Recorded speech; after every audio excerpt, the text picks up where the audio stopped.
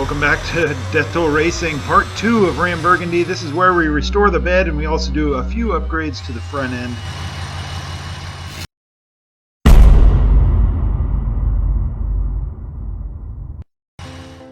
Alright, we're going to start by disassembling. I'm going to do this really fast.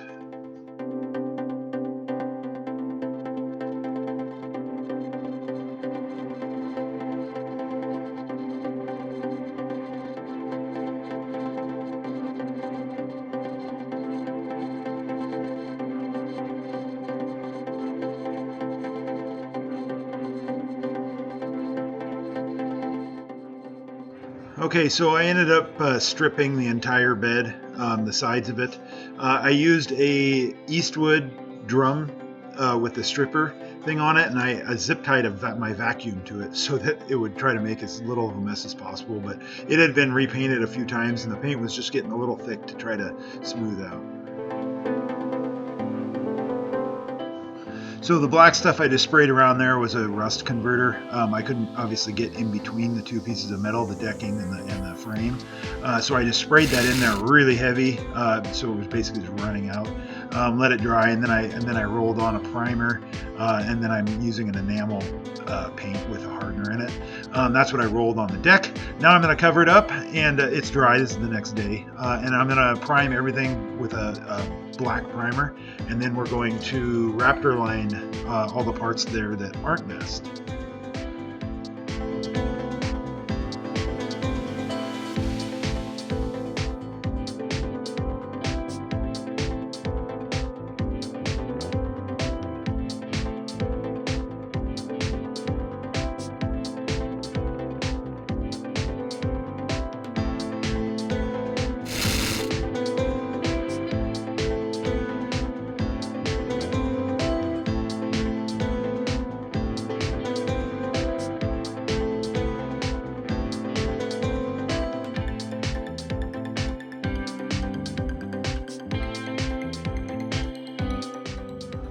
Alright, so I'm using a fine line tape here. I'm only rhino lining the top and the bottom rail and leaving the center smooth.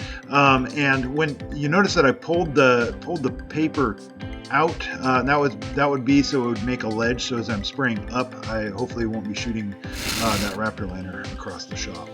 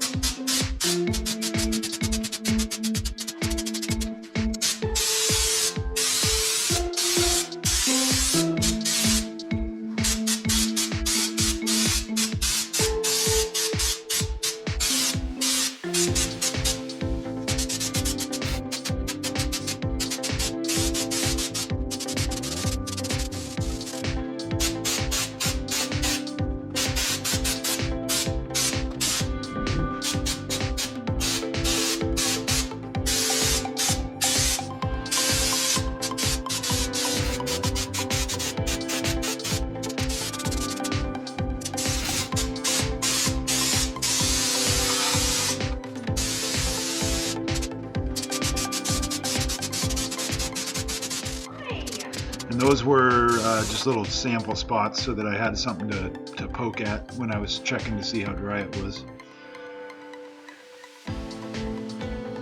So when you're doing this, you want to pull the masking off while it's still wet. If you wait, you actually have to cut that off, or it'll be really hard to pull your tape off. It'll just start tearing the tape, or possibly pulling the rhino liner off if it's not quite dry all the way. Now I'm just wrapping the side of the truck. So if you notice, while I was doing that, I did not spray the Raptor liner in between the two radiuses on the bedside. So that's just smooth black. So I am wrapping in there, and then I'm just freehand cutting along the edge of the Raptor liner.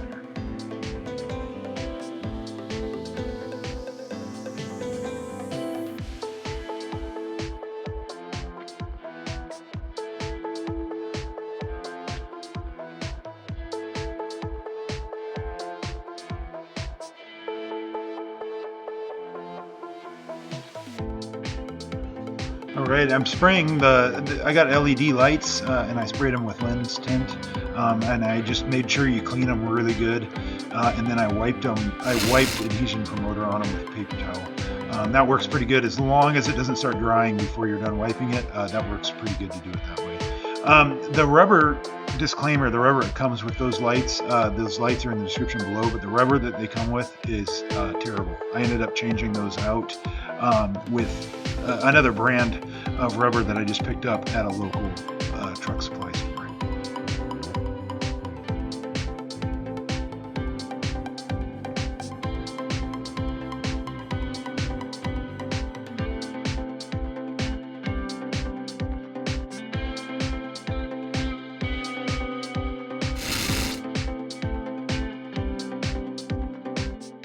All right, now we're going into axle work, straight from body to axle work. So what we're doing here, the rear end was leaking a little bit, so you have to pull the diff out to seal it up. So while I'm doing that, I may as well do a pretty main service on it and clean everything up really good. So that's all I'm doing. Here is essentially just resealing that pumpkin in the rear axle housing. I left the longer bolts in where the shorter bolts went.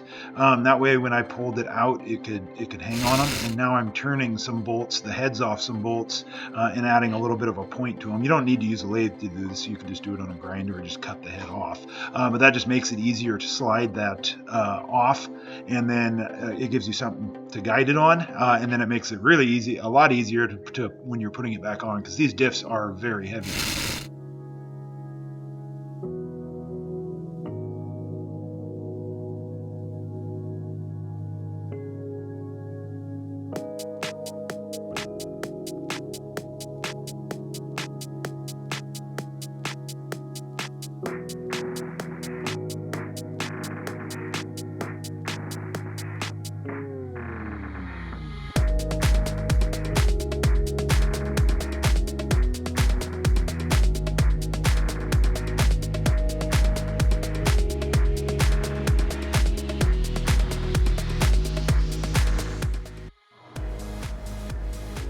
Alright, so it ended up having a aftermarket parts Dana True Lock or True Track in it.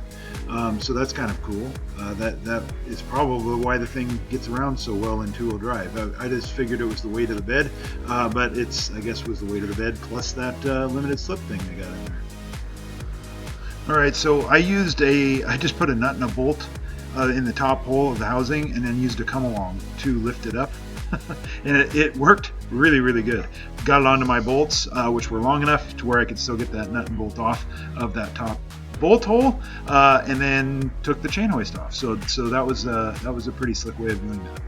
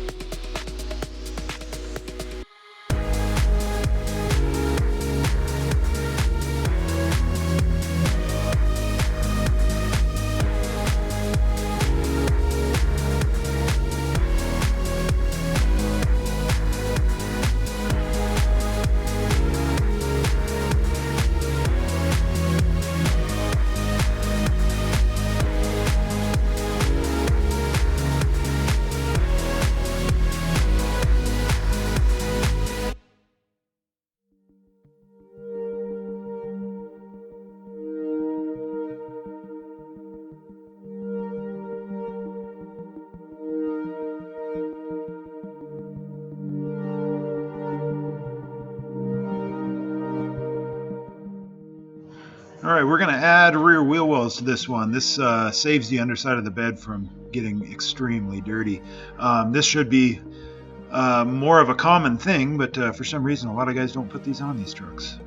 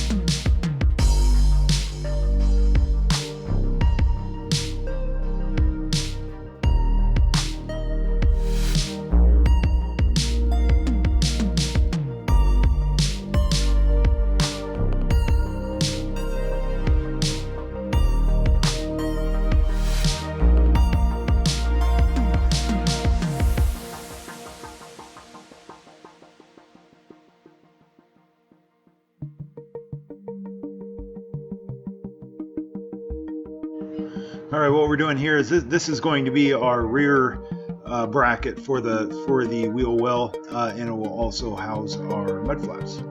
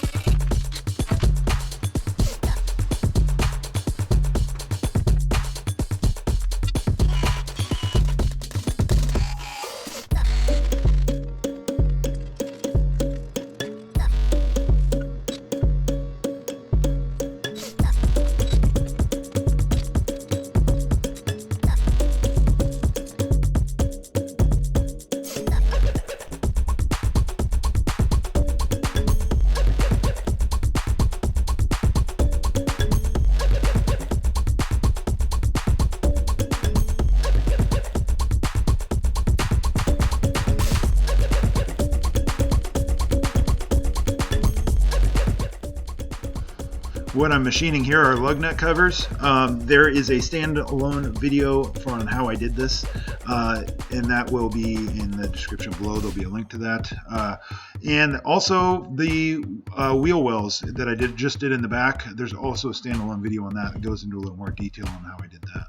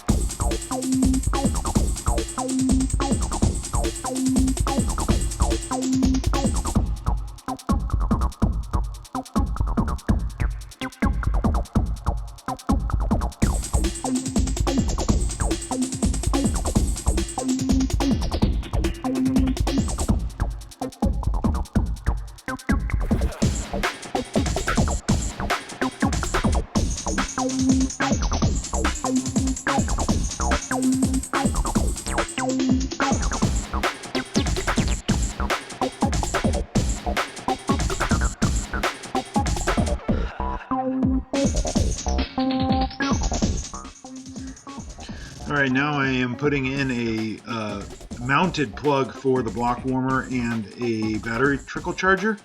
There will be, if not already, there will be a standalone video for this one as well. I put a electronic switch in for the block warmer so that it's on a remote for inside the house. It's pretty slick setup.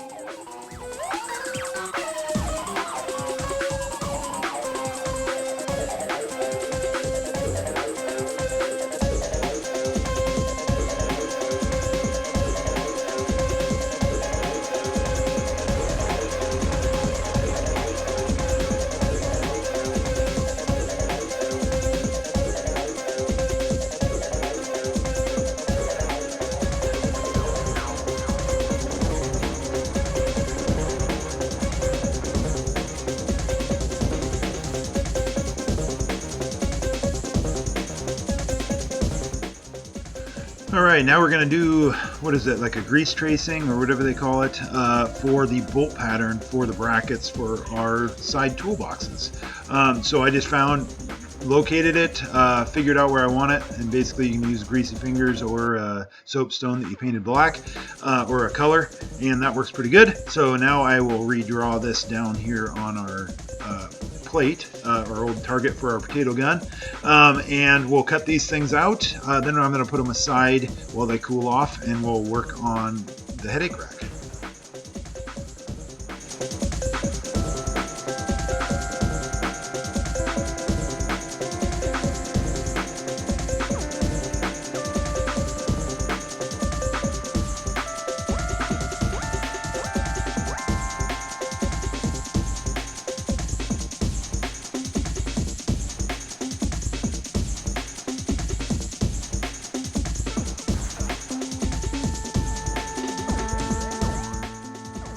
The mounting plates for this headache rack were a little bent, so we're straightening those out with those turnbuckles, and then I have to kind of sight them to make sure they're even with each other, and then I'm adding those gussets to keep it a little bit more rigid than what it was before.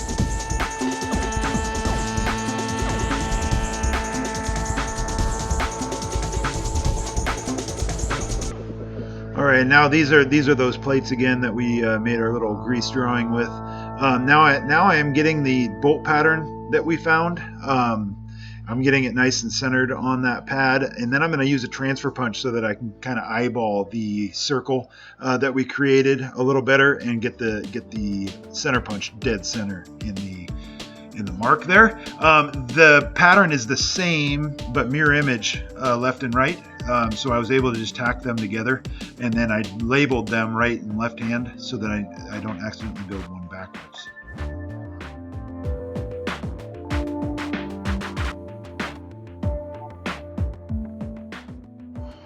All right, and right there I broke my center drill off in the plate, so you saw me trying to hammer it out.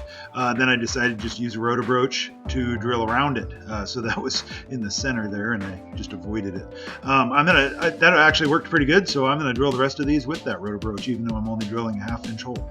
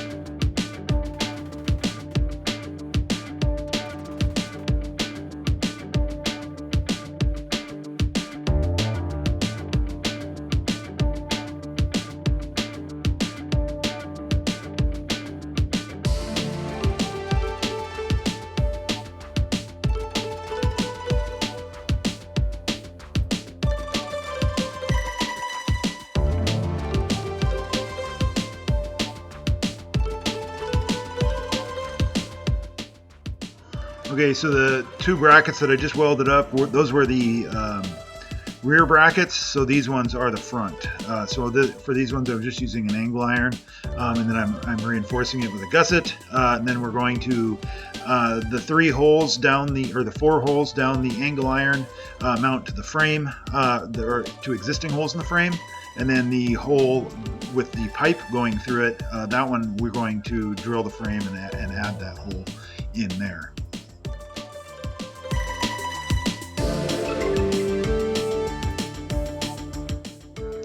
All right, what I'm doing here is I'm machining a weld prep into a bunch of tubes, and those are going to go in these holes that I'm drilling there, so that when I tighten the toolbox onto these rails, I don't just squeeze the tube.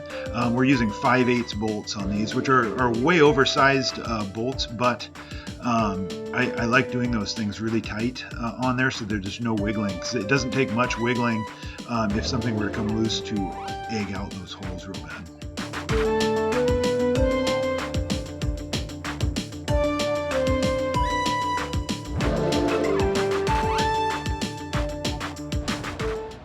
Alright, let's see how we did with our bolt pattern.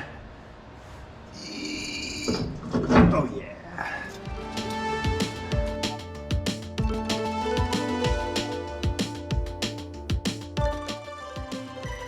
Alright, so I'm going to have to add some washers. The frame slightly starts bending out there for underneath the cab, so I added some washers to the left-hand bolts. And then we still have that right-hand bolt that we still have to put in. What I'm doing here is I'm making a drill bushing so that we can drill perfectly centered down the hole for our pilot, so that we're not just trying to immediately drill a 5/8 hole in the frame. So I put that insert in, drill the pilot, then I can drill with the 5/8 drill through the center. That way everything's centered up perfectly.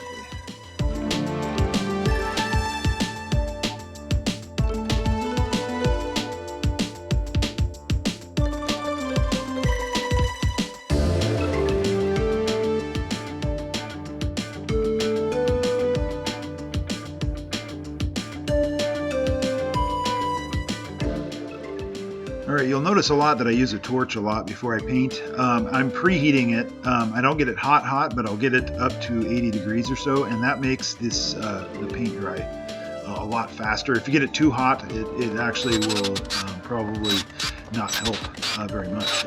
So I'm tapping. I did this on the other side too, but it was going so fast. I'm tapping the frame with a 1/2-13, and then I'm running the bolts in from the other side. That way I can tighten those into the frame like that, and then we don't have to hold that side when we tighten the nut on. It makes it a lot easier to install it and a lot easier to remove it. It's just kind of one of those easier things to do. And there we drilled and tapped the frame for that additional bolt.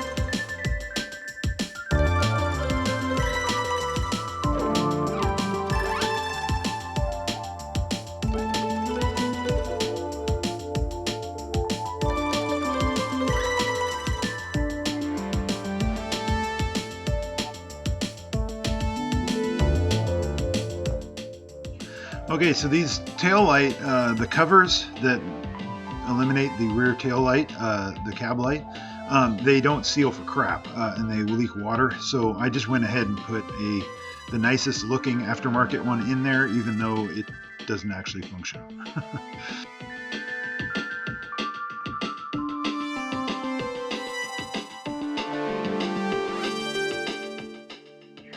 Alright, so I'm putting a rear tail light on there, and then I changed my mind and I wanted it down below. After standing back and looking at it, I realized it was kind of in the window. So I just flipped it over and mounted it from underneath. I think that's how the original one was, if I remember right, as well. These are the strobe lights. So it's already pre-wired for all those. Some of them were missing, but the wires were still there. So I just added them in, and that's me just wiring up the existing. I shortened the wiring up for the light bar up top because it used to have a splice in the middle of it because it wasn't quite long enough to make it to that distribution block. So I just shortened it up, or I just changed the routing of it a little bit, and then I was able to get that in. Here, this is the trailer wiring that I'm messing with right there. I'm going to do a little standalone video on this one as well because that I was trying to do quite a bit of research to figure out where and what wiring was for the trailer and the trailer brakes and all that stuff, since we added the brake controller, and I figured all that out. So I did a little standalone video, and I need to edit that, and that will be coming out very shortly as well, and it will basically save you from having to do all the work and tracking all that stuff down.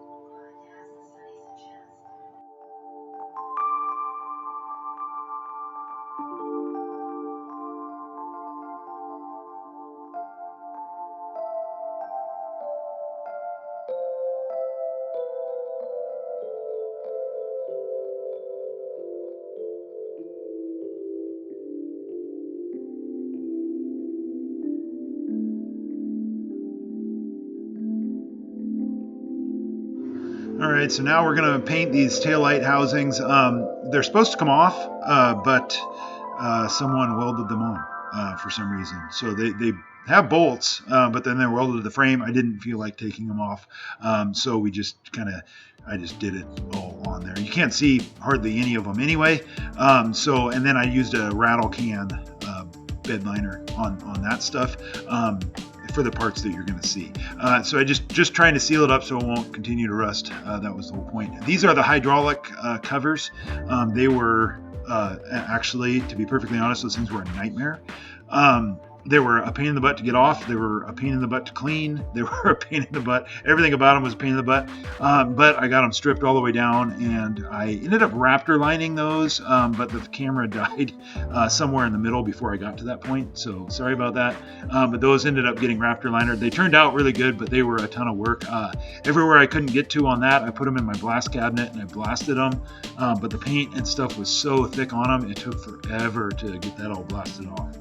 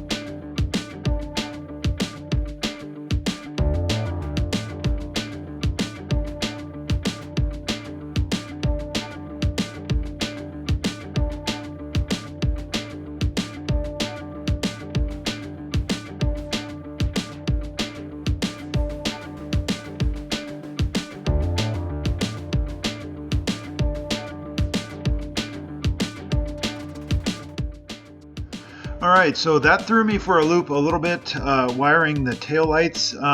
The link is in the description below for those rear taillights, the red ones. I wouldn't recommend buying them though. They're wired backwards, even from their label, and it actually had me chasing my tail trying to diagnose the wiring on my truck, why I had no turn signals when the lights were on. But it was because the light bulbs or the lights themselves were wired backwards. So that was kind of annoying, and it wasted probably an hour and a half, and I ended up just quitting that day because I was getting frustrated. So it kind of killed the day.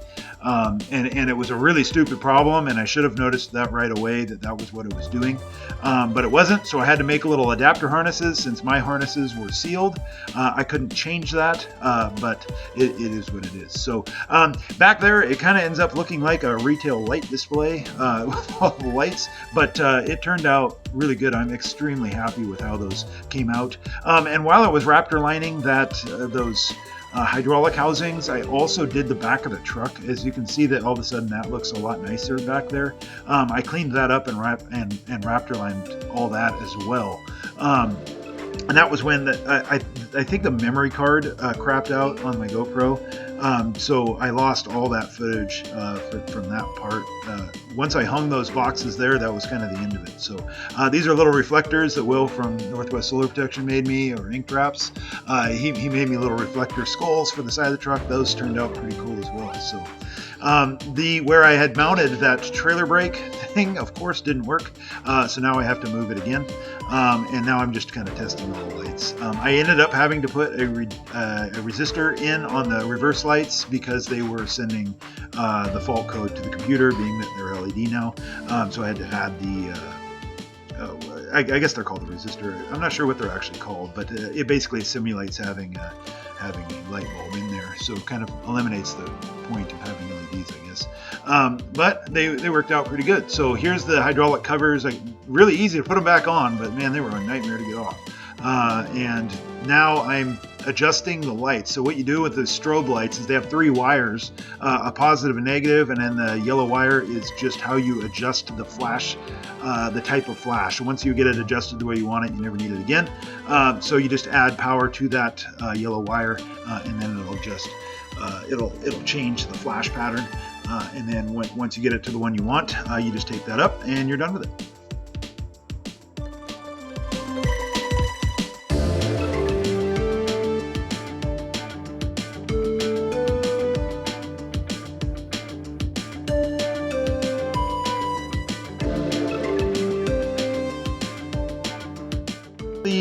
This is the roller fair lead for the winch on the front of the bed. It had a synthetic winch on it when we got it, but it still had the destroyed roller fair lead. So we're just taking that roller fair lead and I'm modifying it for the synthetic rope style fair lead. So that was a pretty simple fab project, but it turned out pretty good.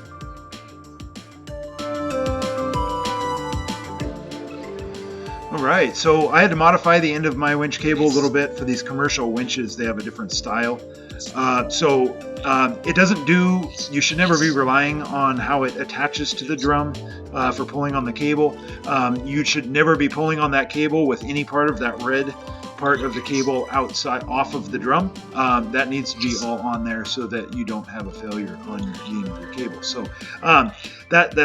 that's kind of how that works. But normally those cables are a little easier to put on than they are on that truck. So now I'm just kind of setting up all my rubber matting. I hate rattles and clangs and stuff. So I'm putting, that's technically called wash mat.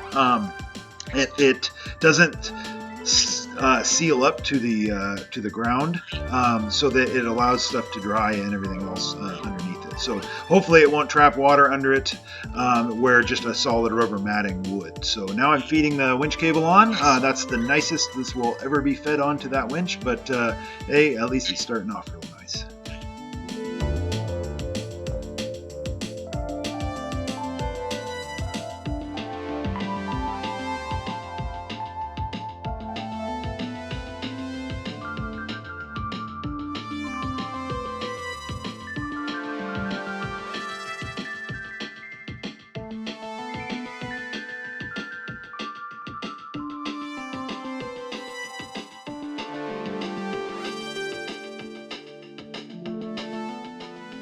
All right, so now I have to service transmission. If you watch the first video, we were skeptical on whether this transmission was going to be any good, and it turned out to be really good. The oil came back. It was definitely old oil that went way past its service interval, but the inside of the transmission looked amazing. The filter looked amazing. Everything looked real good.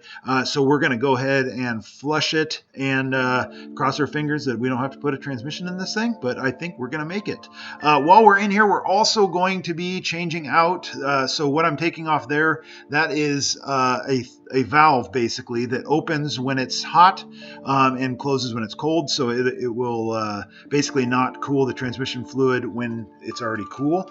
The problem is those things tend to fail in the closed position, so you could overheat your transmission. So we're going to take it out and basically just eliminate it with a I'm not actually remember. It's a PPE part, just like the oil pan there, that eliminates that. So then I flushed the transmission out using the bottom two ports there, and then we put it back together. So now I'm just going to add some graphics to the side here, just the deathtollracing.com, and then our not for hire, since we're private use on this tow truck only, so that keeps us from having to do all our DOT stuff. So we're going to put that not for hire down the side of the toolbox.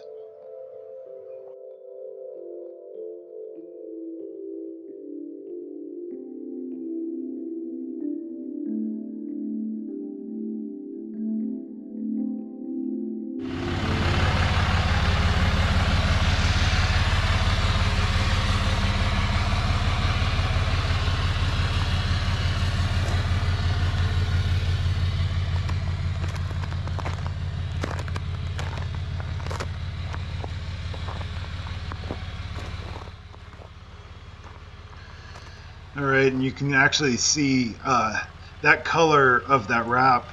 The video does not do it justice, but you're actually starting to get a glimpse of what that looks like in real life. It is such a cool color. And it kind of changes color depending on the lighting conditions and stuff outside, the clouds or sun. And I haven't had it out on a bright sunny day yet, but I can't wait to, because that's going to be. I have a feeling that film is really going to pop. Like right here, it looks orange. Other times it looks black. Other times it looks burgundy. So it's really cool. So now I'm just going to kind of flash through some pictures of it, and that's it. So thanks for watching. There's going to be some more detailed videos coming out afterwards, but this was quite the project, and I'm finally done with it. I'm pretty happy to be done with it. It was a lot of work, but it went pretty quick.